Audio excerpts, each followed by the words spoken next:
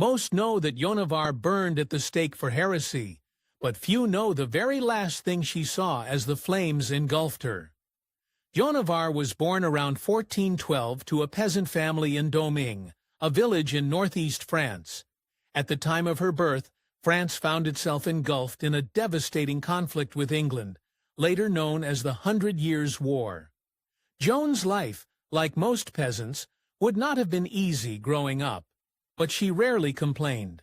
Always committed to her duties, she spent her youth spinning wool and helping out around the house. She also got her hands dirty, working with her father in the fields and tending to the family's livestock. However, she had one more responsibility that would prove crucial to her later rise. Joan received her religious education from her mother, Isabel. Isabel was a strict woman, but she piously ensured her daughter's religious knowledge was of a high standard, which would later help Joan's case with the royal family. Joan's area, though small and relatively insignificant, could not escape the ongoing conflict. In 1425, her village came under attack from the followers of a local rogue soldier who was taking advantage of the chaotic conditions created by the conflict. It was a significant event, however, because it preceded Joan's first vision.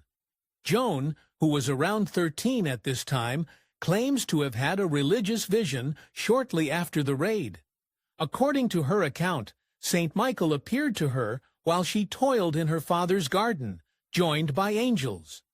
Michael told her to be good and go to church often, and she cried after they left, as if she had wanted to go with them. Little did she know, this would not be the last time she saw them. Joan began to receive apparent communications from other spirits too, namely Saint Margaret and Saint Catherine, two saints who were well known in the area. She claimed that they would check in on her and make sure that she was fasting for Lent. When later asked how she knew the women were Margaret and Catherine, Joan stated that Saint Michael told her to expect visits from them. She may have seen them as kindred spirits. Though theologians at the time believed Joan's visions had a supernatural source, modern historians have suggested differing causes. Most of these theories cite neurological or psychiatric causes, including delusional disorder, hallucinations caused by epilepsy, schizophrenia, or creative psychopathy influenced by childhood trauma. However, there may have been another, more local motivating factor for her visions. Marie Rabine of Avignon was a French mystic who came before Joan's time. Rabine claimed to have had visions too, and many of her resulting prophecies circulated throughout the French countryside. One particular vision promised an armed virgin would arise from obscurity to save France from the English scourge. Joan may have cast herself in that role, and she earned a reputation for it. Joan became well known in the area for her outspoken recounting of her visions and her claim to be the maiden savior of France. Charles II, Duke of Lorraine, caught wind of Joan's story while suffering through a sickness. Believing she may have had supernatural curing powers, the Duke summoned her to court. But Joan had some choice words for him. Charles II was well known in the region for his recent abandonment of his wife in favor of his mistress, who he was now living with. Upon their meeting, Joan did not mince words. After informing the Duke that she did not possess healing powers, she reprimanded his extramarital affair. Perhaps it was her growing reputation that stopped her from facing harsher consequences. Now, several years after her first vision, Joan had become a well-known figure locally, and she did not hesitate to advocate for herself. She let anyone who would listen know that her motivations arose from divine guidance from angels and saints alike to lead France to victory against England and save the country. Such bold claims certainly got her the attention she wanted. All this time, Joan had openly sought a meeting with the king to convince him to allow her to pursue her ordained destiny. The military situation was growing increasingly dire for the French, and perhaps because of this, King Charles III finally agreed to a meeting with her in 1429. Joan knew she needed to make a statement. The crown agreed to send a royal escort of 6 officers for Joan's journey to meet the king. Before leaving, they offered her clothing befitting a lady. But Joan, ever the individual, said she would prefer to travel dressed in men's clothing, a fashion choice she would become widely known for. But it was not just her clothes that made an impression.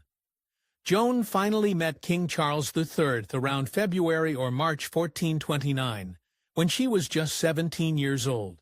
She boldly proclaimed that she would raise the siege of Oley, but that wasn't all. She also promised to lead the king to Reims for his coronation, which because of the conflict had not ceremoniously occurred yet.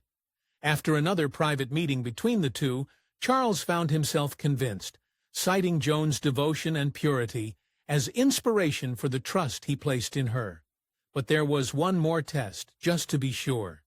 Needing a little more assurance, Charles had Joan seen by a council of theologians. Though they found her to be a good person and a good Catholic, they still cast some doubt on her divine inspiration. Nonetheless, they concluded it would be a good idea to send her to Orleans to put that divinity to the test. A group of women also checked and confirmed that she was indeed a virgin. With that, the crown kitted her out. Bolstered by these tests, the crown commissioned a set of plate armor for Joan. They also gave her a sword and permitted her to fashion her own banner. After she took up the moniker, Joan the Maiden, the stage was set for Joan's showdown with destiny. The crown sent Joan to Oley as part of a relief army. The king's forces, known as the Armagnac, had been under prolonged siege in the city. Though they were holding out relatively well, morale among the men was at an all-time low due to how long the conflict had already been going. The arrival of a mysterious young maiden changed everything. Joan's arrival was like a warm wind, lifting the spirits of the downtrodden men. Many found themselves re-energized by the promise of divine assistance in the conflict. Though Joan was not given any formal power, her presence among the front ranks rapidly gained her favor among the men. Armagnac commanders would sometimes even accept her strategic recommendations. It was a pioneering dynamic. Joan's respect within the armed forces and ability to influence battle tactics marked a trailblazing moment for women in France. She turned traditional gender roles on their heads. Never before did a woman have such huge responsibility at the top level, let alone one so young. Even her dressing in men's clothing was unheard of at the time, and the respect Joan commanded led to results. On May 4, 1429, the Armagnac switched into attack mode. Having been merely holding their position up until this point, Joan played a major role here once again, hoisting a banner high and heading toward the battle. Her appearance had a huge impact on the soldiers, especially since she arrived in the face of a failed mission. Spurred on by the young maiden, they didn't give up and regrouped, going on the offensive once more and capturing the fortress. The shift in the tide of battle proved decisive. On May 8th, just days after Joan arrived at Olaya, the English army retreated after the French took their main stronghold. Having been at a stalemate for almost 7 months, the shift in the balance of forces marked an astounding moment for Joan's newfound influence and proved a turning point in the H-100 Red Years' War. She sealed her reputation.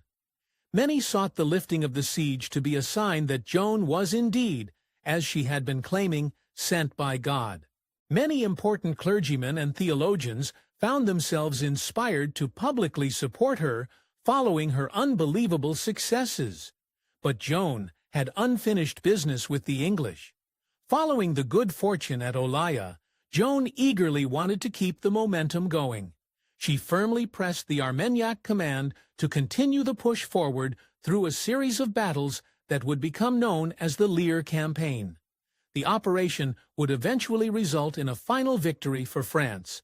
But Joan did not merely watch from the sidelines. Amazingly, Joan, despite her small stature and inexperience, enthusiastically participated in the thick of battle.